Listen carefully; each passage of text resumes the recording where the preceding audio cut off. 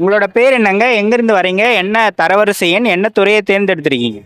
என்னோட பேர் பரமேஸ்வரி. நான் ஈரோட்லேருந்து வரேன். என்னோட தரவரிசை எண் வந்து 789. நான் கமர்ஷியல் டேக்ஸ் கோயம்புத்தூர் எடுத்திருக்கேன்.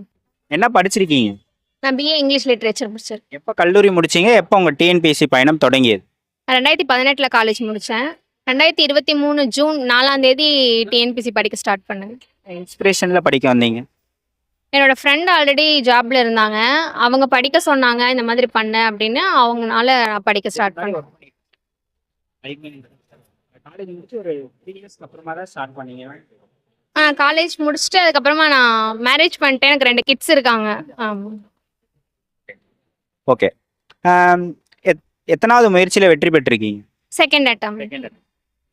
எத்தனை கேள்விகள் சரியாக போட்டீங்க மேம்? 150 கொஷின்ஸ். முதல் முயற்சியில் என்ன தப்பு பண்ணோம் அப்படின்னு நினச்சிருக்கீங்களா? என்ன தப்பு பண்ணீங்க? ஃபர்ஸ்ட் அட்டெம்ப்ட் வந்து பயந்துட்டேன். நமக்கு இது வராது, நிறைய பேர் இருக்காங்க நமக்கு முன்னாடி சீனியர்ஸு. அப்போ வந்து என்கிட்ட டைப்பும் இல்லை. ஸோ எந்த ஒரு ஹோப்புமே இல்லை. அதனால வராதுங்கிற ஒரு இதுலேயே நோட்டிஃபிகேஷனுக்கு அப்புறமா சரியாக படிக்காமல் ரிவிஷன் பண்ணாமல் கொஞ்சம் பயத்தில் விட்டுட்டேன். தமிழ் எந்த மாதிரி படிக்கலாம் அப்படின்றத சொல்லுங்க மேம். தமிழ் வந்து இப்போ மாற்றினது படி ஃபஸ்ட்டு சிலபஸ் வைஸில் புக்கில் இருக்கிறதெல்லாம் ஓரளவுக்கு கவர் பண்ணிடணும். அதுக்கப்புறம் இப்போ நிறைய அவுட் சோர்ஸ் சொல்கிறாங்க. அந்த புக்ஸ் எல்லாம் ஓரளவுக்கு படிச்சுட்டா ஓகேவா இருக்கும். அடுத்த தடவை எக்ஸாமுக்கு பயப்பட தேவையில்லை. நீங்கள் எதுவும் அவுட் சோர்ஸ் படிச்சீங்களா? நான் படிக்கும்போது இது படிக்கல. ஸ்கூல் புக் மட்டும், அப்புறம் கான்செப்ட் இப்போ மாற்றின இலக்கணத்தை படி இருக்கிற கான்செப்ட் மட்டும் நல்லா படித்தேன். நீங்கள் இதுக்கு முன்னாடி படிக்கும்போது புக்கு அட்டை டு அட்டை படிக்கணும், அந்த இதுதான். ஆமாம், அட்டை டு அட்டை படித்தேன். இப்போ இலக்கணம் மேம், இப்போ முன்னாடி உரைநடைக்கும் செயலுக்கும் அதிக முக்கியத்துவம் கொடுக்கப்பட்டது. இப்போ இலக்கணத்துக்கு தான் அதிக முக்கியத்துவம் கொடுக்குறாங்க.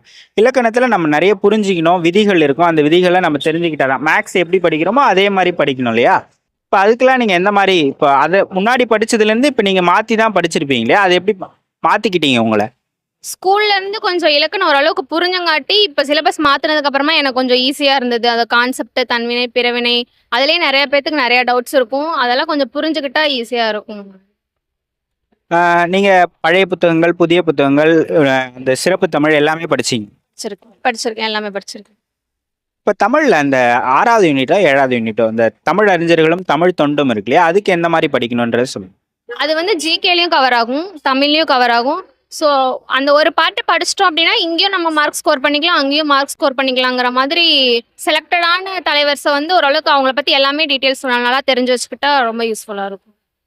இப்போ மேக்ஸ் சொல்லுங்கள். மேக்ஸில் 2 பார்ட் இருக்குது, ஆப்டிடியூட், ரீசனிங். ரெண்டுமே இந்த மாதிரி படிக்கலாம். ஆப்டிடியூடில் வந்து 15 கொஷின் கன்ஃபார்ம். அதுக்கப்புறம் வந்து ரீசனிங் 10 கொஷின் இருக்குங்களா? அதுலேயுமே வந்து டாபிக்ஸ் போட்டு தான். இப்போ சிம்பிள் இன்ட்ரெஸ்ட், காம்பவுண்ட் தான் ஃபஸ்ட்டு பேசிக்கே. நமக்கு அதில் வந்து எவ்வளோ நம்ம ஸ்ட்ராங்காக இருக்கோமோ அதுக்கப்புறமா அப்படியே போய்க்கலாங்க. மேக்ஸிமம் மேக்ஸ் பொறுத்த வரைக்கும் எழுதி நோட்ஸ் எடுத்து படிச்சுக்கிட்டோம்னா ஈஸி. தெரியாத மாடல்லாம் வந்து ஒரு நோட்டு போட்டு, ஓகே இந்த மாடல் வந்து புதுசாக இருக்குது, இந்த மாடல் நமக்கு கஷ்டமாக இருக்குது அப்படிங்கிற மாடலில் கடைசி நேரத்து ரிவிஷனுக்கு எழுதி வச்சுக்கிட்டோம்னா போகும்போது பார்த்துட்டு போகிறதுக்கு யூஸ்ஃபுல்லாக இருக்கும்.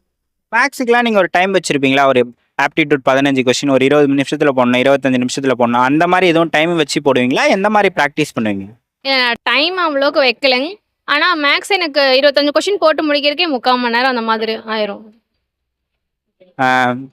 இப்போ ஜிஎஸ் இருக்கு இல்லையா? 6 யூனிட் இருக்குது. நம்ம தமிழ் படிக்கும்போது யூனிட் 5, யூனிட் 6 ஓரளவுக்கு நம்ம படிச்சிருவோம். அதில் எந்தெந்த ப்ரிஃபரன்ஸில் எந்த இதுக்கு முக்கியத்துவம் கொடுத்து படிச்சிங்க? எதெல்லாம் ஒமிட் பண்ணீங்களா? எதனா அதை பற்றி சொல்லுங்கள்.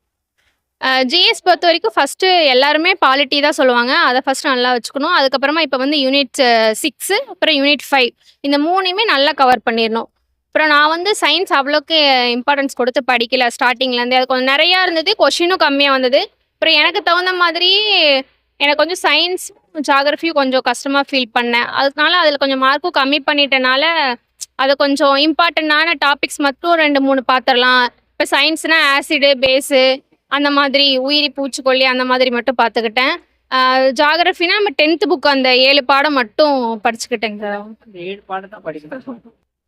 ஆமாங்க சார், அது மட்டும் படித்தாலே போதுங்க சார் ஜாகிரஃபிக்கு. வேறு படித்தேங்க சார். படித்தேன். இப்போ இது எல்லாத்துக்குமே ஜிஎஸ்ல நம்ம பள்ளி பாட புத்தகங்கள் மட்டும்தான் படிக்கணுமா, இல்லை இதுக்கப்புறம் அவுட் சோர்ஸும் படிக்கணுமா? அப்புறம் அவுட் சோர்ஸ் தேவைப்படுதுங்க சார். தேவைப்படுது அவுட் சோர்ஸ். நான் ஓரளவுக்கு படித்தேங்க சார். இப்போ படிப்புகிறத பற்றி பேசணும். இப்போ ரிவிஷன் பற்றி சொல்லுங்கள். நீங்கள் எந்த மாதிரி ரிவிஷன் பண்ணுவீங்கன்றதை சொல்லுங்கள். நான் படிக்கும் போதுமே வந்து எனக்கு சொன்னாங்க, இப்போ ஒரு வாரத்தில் படிக்கிறோம் அப்படின்னா ஒரு 3 நாளாக படிச்சுட்டு 2 நாளாக ரிவிஷன் பண்ணிடணும். அதை ஒரு 3 டேஸ் கேப்பில் ஒன்ஸ் ரிவிஷன் பண்ணிட்டே இருக்கணும்னு சொன்னாங்க. நான் வந்து அந்த ஒரு வாரத்தோட இதுவே இப்போ இன்ஸ்டியூட் போனால் டெஸ்ட் எழுதுனா அந்த ஒரு வாரத்தோட இதுவே வந்து என்னால் கம்ப்ளீட் பண்ண முடியாமல் இருந்துச்சு. அதனால் ரிவிஷன் பண்ணாமல் தப்பு பண்ணிட்டே இருந்தேன். எங்கள் சாரு எங்கள் ஃப்ரெண்ட்ஸ் எல்லாருமே சொன்னாங்க ரிவிஷன் பண்ணிடுன்னு. அதை கொஞ்சம் நான் வந்து போன அட்டம்ப்டில் வந்து கொஞ்சம் அசால்ட்டாக விட்டுட்டேன் ரிவிஷன் பண்ணாமல். இந்த தடவை தான் வந்து ஓகே ஒரு வாரத்தில் படிக்கிறோமா அடுத்த வாரத்தில் ஒரு நாளாவது எடுத்து திருப்பி பார்த்துடணும் அப்படிங்கிற மாதிரி ரிவிஷன் பண்ணியிருந்தேங்க சார். நோட்ஸ்லாம் எடுக்க நேரம் இருந்ததா உங்களுக்கு?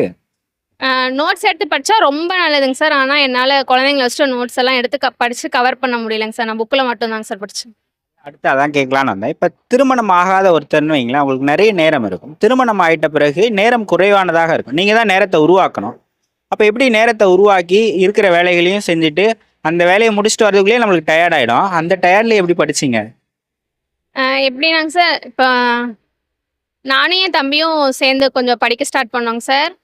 ஸ்டார்டிங்கில் 2 பேருமே ஒட்டுக்கா உட்காந்து படிச்சிட்டோம். ஒர்க்கெல்லாம் முடிச்சுட்டு வீட்டு வேலை முடிக்கிறதுக்கே ஒரு 11 மணி அந்த மாதிரி ஆயிருங்க சார். அதுக்கப்புறமா உட்காந்தேன்னா அப்புறம் படிப்பேன். ஃபஸ்ட்டு வந்து தம்பி மட்டும்தான் ஸ்கூலுக்கு போனான். பாப்பா வந்து வீட்டில் தாங்க சார் இருந்துச்சு. பாப்பாவையும் பார்த்துக்கிட்டு படிச்சுட்டு இருந்தேன். ஒரு 2 மணி நேரம் தூங்குவான். அந்த தூங்குற டைமில் படித்தேன். அந்த மாதிரி தாங்க சார் படித்தேன். அப்புறம் நைட் ஸ்டடி ஒரு 11 மணி 12 மணி வரைக்கும் படிச்சிருந்தேங்க சார். அப்புறம் இப்போ ஒரு 3 மாசமா பாப்பா ஸ்கூல் போனங்காட்டி ஓரளவுக்கு டைம் கிடச்சிதுங்க சார்.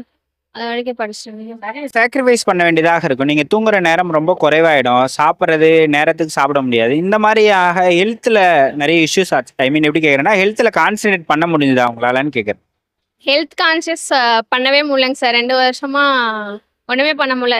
ஏதோ வேலையை முடிச்சோமா சாப்பிட்டோமா உட்காந்தோமா அப்படிங்கிற மாதிரி தாங்க சார் இருந்தது. ஃபுல்லாக நிறைய வேலை இருக்கனால பகலெல்லாம் ரொம்ப தூக்கம் வருங்க சார். எப்படியும் கொஞ்ச நேரம் படுத்து தூங்கிடுவாங்க. அலாரம் வச்சு அந்த மாதிரி தாங்க சார் இருந்துச்சு. கணவர் எல்லாரும் கணவர் குடும்பத்தில் எல்லாரும் சப்போர்ட் பண்ணாங்க. என்னோட ஹஸ்பண்டு, அம்மா, அப்பா எல்லாருமே ரொம்ப சப்போர்ட் பண்ணாங்க. மெயினாக என் தம்பி வந்து ரொம்ப சப்போர்ட் பண்ணாங்க சார். அப்புறம் ஈவினிங் அம்மா வந்து வேலை முடிச்சுட்டு வரக்கு ஒரு 6 6:30 அந்த மாதிரி ஆயிருங்க சார். அவங்க வந்ததுக்கப்புறமா பிள்ளைங்க 2 பேர்த்தையுமே அவங்கள விட்டுட்டு ஏதாவது சமைச்சிட்டு நீங்கள் பார்த்துக்கோங்க, சாப்பாடு ஊட்டிடுங்க, நான் படிக்க போகிறேன் அப்படின்னு சொல்லிடுவேங்க சார். அப்புறம் என் தங்கச்சி வந்து ஒரு வருஷமாக இங்கே தாங்க சார் காலேஜ் படிக்கிறா. போன ஒரு 6 மாதம் 1 வருஷம் ஃபுல்லாக அவள் தாங்க சார் நைட்டு சாப்பாடு ஊட்டுறது அந்த மாதிரி ஓரளவுக்கு ஹெல்ப் பண்ணாங்க சார். இப்போ ஐ மீன் எப்படி இப்போ நிறைய அதாவது திருமணமான பிறகு நிறைய பெண்கள் இப்போ படிக்கிறாங்க. அவங்களுக்கு என்ன சஜஷன்ஸ், இந்த மாதிரி நீங்கள் நேரத்தை ஒதுக்கிங்க அப்படின்னா என்ன சொல்லுவீங்க? காலையில் படிக்கிறவங்களா இருந்தால் குழந்தைங்க எந்திரிக்கிறதுக்கு முன்னாடி கொஞ்சம் ஏர்லியராக ஒரு 4 மணி அந்த மாதிரி எழுந்திரிச்சு 6 மணிக்கு சமைக்க போகிறதுக்குள்ளே சமைச்சு முடிச்சிட்டோன்னா அதுக்கப்புறம் கொஞ்சம் படிக்க டைம் கிடைக்குங்க சார். அதுக்கப்புறம் இல்லை எனக்கு காலையில் வந்து செட் ஆகாது, நைட்டு படிக்கிறவங்களா இருந்தால் குழந்தைங்களெல்லாம் தூங்க வச்சுட்டு அதுக்கப்புறமா ஒரு 12 மணி வரைக்கும் உட்காந்து படிக்கலாங்க சார்.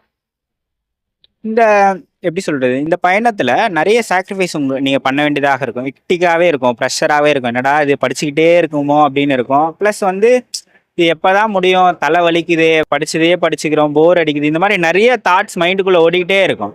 நெகட்டிவாகவும் இருக்கும் சம்டைம்ஸ் அந்த தாட்ஸ்லாம். அதெல்லாம் எப்படி மேனேஜ் பண்ணி படிச்சிங்க? ஸோ அந்த மாதிரி நிறையா வந்திருக்குங்க சார். எங்கள் 2 பேத்துக்குள்ளேயுமே மிஸ் அண்டர்ஸ்டாண்டிங் நிறையா வந்திருக்கும். டைம் ஸ்பெண்ட் பண்ண முடியல, பேசக்கூட டைம் கிடைக்கல, குழந்தைங்கள பார்க்க முடியல. அம்மா வந்து என்னை நிறையா திட்டியிருக்காங்க சார். ஃபஸ்ட்டு குழந்தைங்கள கவனி, அதுக்கப்புறமா படிக்கலாம், அந்த மாதிரிலாம் நிறையா சொல்லியிருக்காங்க. இருந்தாலும் இதில் எப்படியாவது ஒன்று வந்துடணும், இதுதான் லாஸ்ட் அட்டம்ப்ட்டு, இதை விட்டால் நமக்கு இனிமேல் படிக்கிறதுக்கு சான்ஸ் இல்லை அப்படிங்கிறதுக்காகவே படிச்சிட்டேங்க சார். கடந்த தோல்வி லாஸ்ட் டைம் நீங்க தோத்துருப்பீங்க இல்லையா, அது உங்களுக்கு என்ன பாடம் சொல்லி கொடுத்ததா நினைக்கிறீங்க? அது உங்களை உடச்சி போட்டுதா, இல்லை நம்ம திரும்ப இன்னும் வேகமா ஓடணும் அப்படின்னு சொல்லி கொடுத்ததா உங்களுக்கு? லாஸ்ட் தடவை கொஞ்சம் பக்கத்தில் வந்துட்டு போயிடுச்சுங்க சார். அதுக்கப்புறமா ஓகே அடுத்த தடவை தான், இப்போ வருஷத்துக்கு ஒருக்கா எக்ஸாம்னு சொல்லியிருக்காங்களா, ஸோ இந்த தடவை நம்ம எப்படியாவது போயிடணும், கண்டிப்பாக நமக்கு இதில் ஒரு வேலை இருக்குது அப்படின்னு சொல்லி நான் படித்தேங்க சார். தெரியாத கேள்விகளுக்கெல்லாம் நீங்கள் எப்படி விடையளிப்பீங்க? எப்படி 2 ஆப்ஷன் வந்து எலிமினேட் பண்ணிடலாங்க சார் ஈஸியாக. மீதி 2ல் தான் வந்து குழப்பம் இருக்கும். அதில் நம்ம மனசுக்கு என்ன தோணுதோ போட்டுற வேண்டியது. இப்போ நீங்கள் 1 to 200 அந்த ஆர்டர் எழுதுவீங்களா, இல்லை எதை ஃபஸ்ட்டு எழுதுவீங்க? எந்த மாதிரி நீங்கள் எக்ஸாம் கொண்டு போவீங்க நேர மேலாண்மை? ஃபஸ்ட்டு வந்து எல்லாருமே தமிழ் தாங்க சார் முடிப்பாங்க. நான் வந்து இப்போ எக்ஸாம் ஹாலில் வந்து ஃபுல்லாகவே தாங்க சார் 1 to 200 வரைக்கும் தாங்க சார் போனேன். டெஸ்ட் ப்ராக்டிஸ் பண்ணும்போது தமிழ் முடிச்சுட்டு அதுக்கப்புறம் மேக்ஸ் இருந்தால் மேக்ஸ் முடிச்சுட்டு அதுக்கப்புறமா ஜிகே வந்தேங்க சார். இப்போ தெரிஞ்ச கேள்விகள் ஃபஸ்ட் எழுதுவீங்களா, இல்லை தெரியுதோ தெரியலையோ 1 to 200 எழுதுவீங்களா? இப்போ நான் எழுதின எக்ஸாம் கொஷின் பேப்பர் பார்த்தோன்னே பயமாயிடுச்சுங்க சார். அதனால் அங்கேயும் மாறிட்டு இருந்தால் டைம் போயிடும் அப்படிங்கிறதுனால நான் லைனாகவே 1 to 200 வரைக்கும் லைனாகவே வந்துட்டேங்க சார். தெரியலனாலும் அப்படியே. ஆமாங்க சார். நேர மேலாண்மை ஒரு 5 கொஷின் 10 கொஷின் மட்டும் விட்டு வச்சுருந்தேங்க சார். கடைசியில் பார்த்துக்கலாம் அப்படிங்கிற மாதிரி. அதுக்கு மட்டும் பண்ணிட்டேங்க சார். இன்ஸ்டியூட்ல டெஸ்ட் எழுதும் போதெல்லாம் 1/2 மணி நேரம் 3/4 மணி நேரத்துக்கு முன்னாடியே முடிச்சிருவேங்க சார். அதனால எனக்கு இங்க வந்து டைம் கொஞ்சம் ஈஸியா இருந்துச்சுங்க சார். இப்ப எப்படி சொல்றது? மொபைல் டிஸ்ட்ராக்ஷன் உங்களுக்கு இருந்திருக்குங்களா? படிக்கிற காலகட்டத்துல? கண்டிப்பா இருந்திருக்குங்க சார். அதனாலே நெறையா இல்லைங்க சார். யூடியூப் மட்டும் இன்ஸ்டாகிராம்லலாம் இல்ல. யூடியூப்ல மட்டும் அப்பப்போ ஏதாவது பார்த்துட்டு இருப்பேங்க சார். சம்பந்தமா பார்க்கும்போது வேற ஏதாவது அதான் அதையும் இந்த மொமெண்ட் எப்படி இருக்கு? ஆர்டர் வாங்குனது, போட்டோ எடுத்தது. எனக்கு ரொம்ப சந்தோஷமா இருக்குங்க சார். நான் வந்து ஈரோடு எக்ஸ்பெக்ட் பண்ணேன். எங்க ஓன் டிஸ்ட்ரிக்டே. அதில வந்து ஃபுல்லாவே ஜென்ரல் தான் இருந்தங்காட்டி அது போயிடுச்சுங்க சார். செகண்ட் பேட்ச் தான் போனேன். அதனால அது போயிடுச்சுங்க சார். அப்புறம் திருப்பூர், நாமக்கல் அந்த சைடு பார்த்தேன். அதுவும் போயிடுச்சு. சரி கோயம்புத்தூர்ல வந்து கமர்ஷியல் டேக்ஸ் இருந்தனால எடுத்துக்கிட்டேங்க சார். இந்த நீங்க போன அட்டம்ப்ட்ல ஒரு கிட்ட வந்து தோல்வி அடைஞ்சேன்னு சொன்னீங்க. அது மாதிரி இந்த அட்டம்ப்ட்ல தோல்வி அடைஞ்சவங்க இருக்காங்க. இதுக்கப்புறமும் வருவாங்க. அவங்களுக்கு நீங்க என்ன சஜஷன் சொல்லுவீங்க படிக்கிறதுல? ஃபர்ஸ்ட் செல்ஃப் கான்ஃபிடன்ஸ் தாங்க சார் ரொம்ப முக்கியம். நான் முதல்ல பண்ண தப்பு அதான். நம்ம இவ்வளோ பேர் இருக்காங்க, வர முடியாது அப்படின்னு நினைக்கவே கூடாது. நமக்கு அடுத்த இதில் ஒரு வேலை இருக்கு, கண்டிப்பா நம்ம போயிடலாம் அப்படின்னு செல்ஃப் கான்ஃபிடென்ட்டோட படிச்சாலே கண்டிப்பா வந்துடலாங்க சார். நம்ம மேல டவுட்டே வரக்கூடாதுங்க சார். இது நமக்கு தெரியும். இப்போ இந்த போர்ஷன் முடிச்சிட்டோமா, மேக்ஸ்ல வந்து ஆப்டிடியூடா 15 நம்மளால அது போட்டுற முடியும். ஏதோ 1 2 கொஸ்டின் மிஸ் ஆச்சுன்னா அது அப்புறமா பார்த்துக்கலாம் அப்படிங்கிற மாதிரி நம்ம கான்ஃபிடென்ட்டோட படிக்கணும் சார். தமிழா கண்டிப்பா 90 95 போட்டலாம் அந்த மாதிரி படிக்கணும். இந்த பயணத்துல நீங்க யாருக்கு நன்றி சொல்லணும் அப்படின்னு நினைக்கிறீங்க? ஃபர்ஸ்ட் ஆஃப் ஆல் என்னோட குடும்பத்துக்கு நான் நன்றி சொல்லணும். அதுக்கப்புறமா பாரதி பயிற்சி மையம், அதுக்கப்புறமா வந்து நியோ டிஎன்பிசி இவங்க 3 பேத்துக்கும் என்னோட நன்றிகளை தெரிவிச்சுக்கிறேன்.